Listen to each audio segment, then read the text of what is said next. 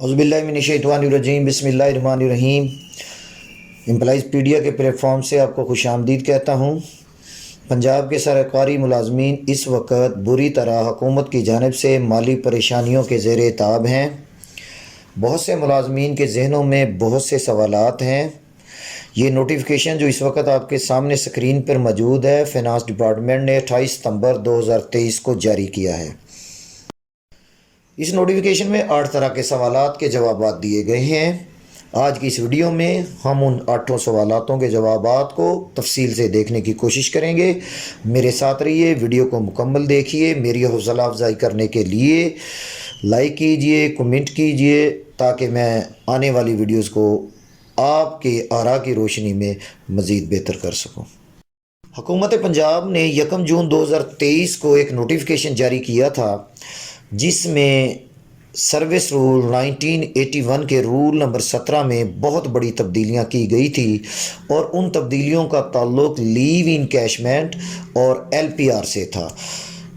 इस नोटिफिकेशन में जो आपके सामने है, जिसमें मैं और आप बात कर रहे हैं, उसमें उसी की रोशनी में 8 सवालों के जवाब दिए गए हैं। तो जनाब, ये पहला सवाल है कि एक मुलाजिम का LPR का पीरियड 1 जून 2023 से पहले शुरू हुआ, क्या इसको मुतल्लिका हुक्काम को तहरीरी तौर पर दरख्वास्त देना ज़रूरी है या नहीं? तो पहले सवाल का जवाब ये बनता है कि किसी भी सरकारी मुलाजिम को जो 1 जून 2023 से पहले यानी 31 मई 2023 को अगर रिटायर हुआ है, तो उसको इनकैशमेंट और लीव के LPR के लिए किसी किस्म की दरख्वास्त देने की ज़रूरत नहीं है।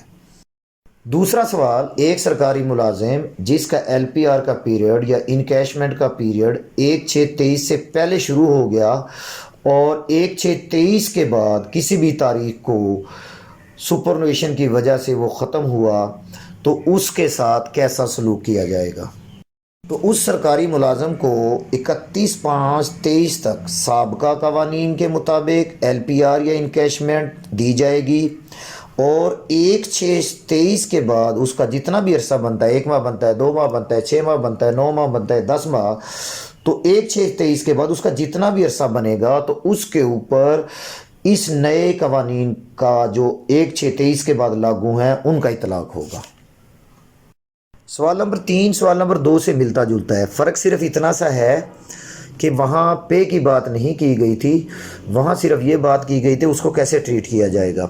यहाँ उसको जो पेमेंट की जाएगी इनकैशमेंट की, उसका जो अरसा 31 मई तक बनता है, उसके मुताबिक पेमेंट की जाएगी, और डेफिनेटली उसका कुछ अरसा 31 मई के बाद यानी 1 जून से शुरू होगा, तो 1 जून से जो उसका अरसा शुरू होगा, उसकी लीव इनकैशमेंट की पेमेंट नए कवानीन के मुताबिक दी जाएगी। लमसम पे नहीं दी जाएगी, इनिशियल पे दी जाएगी।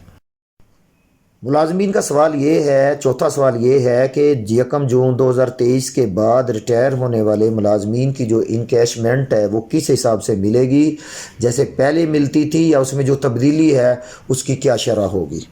तो फिनांस डिपार्टमेंट के 28 सितंबर 2023 के इस नोटिफिकेशन के मुताबिक सबसे पहली तब्दीली तो ये है कि वो सरकारी मुलाजिम अपने मुतल्लिका हुकाम को इस लीव इनकैशमेंट और LPR के लिए दरख्वास्त गुजारेगा। वो उसको रिफ्यूज़ करेंगे। रिफ्यूज़ करने के बाद वो एलिजिबल होगा, और उसको जो पेमेंट मिलेगी, इनिशियल पे मिलेगी, इनिशियल बेसिक पे मिलेगी उसके बेसिक पे स्केल की। फॉर एग्ज़ाम्पल, एक टीचर SST है, वो काम 18वें स्केल में कर रहा है पे पैकेज की वजह से, जबकि उसका बेसिक पे स्केल 16 है, तो 16 के मुताबिक उसको जो है इनकैशमेंट मिलेगी, स्केल नंबर 16 के मुताबिक।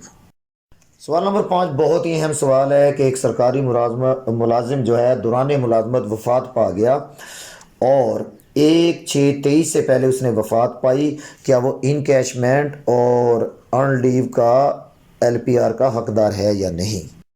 जी हाँ, उस मुतवफ़ी के लवाहकीन पिछले कवानीन के मुताबिक, जो कि 31 मई 2023 तक लागू हैं, उनके मुताबिक वो इनकैशमेंट का हकदार होगा, और उसको जो इनकैशमेंट मिलेगी वो इनिशियल पे बेसिक पे नहीं मिलेगी, वो लमसम पे मिलेगी जैसे पहले मिलती थी।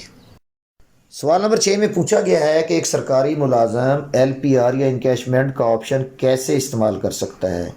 तो उसके जवाब में उन्होंने बताया है कि रिवाइज لیو رول کے اور 1/6/2023 کے رول نمبر 17 میں 17 کی کلاس 7 کے مطابق وہ باقاعدہ تحریری طور پر درخواست دے گا. اگر ایل پی آر منظور ہوگی تو وہ چھٹی پہ چلا جائے گا. اگر ایل پی آر ریفیوز ہوگی تو وہ انکیشمنٹ کا حقدار ٹھہرے گا اور اس کو پیمنٹ ملے گی initial pay of the basic pay scale کے مطابق. سوال نمبر 8 میں پوچھا گیا ہے کہ مئی 23 میں ریٹائر ہونے والے ملازمین پر کیا اس کا اطلاق ہوگا؟ تو اس کا جواب یہ ہے نہیں، ان پر اس کا اطلاق نہیں ہوگا.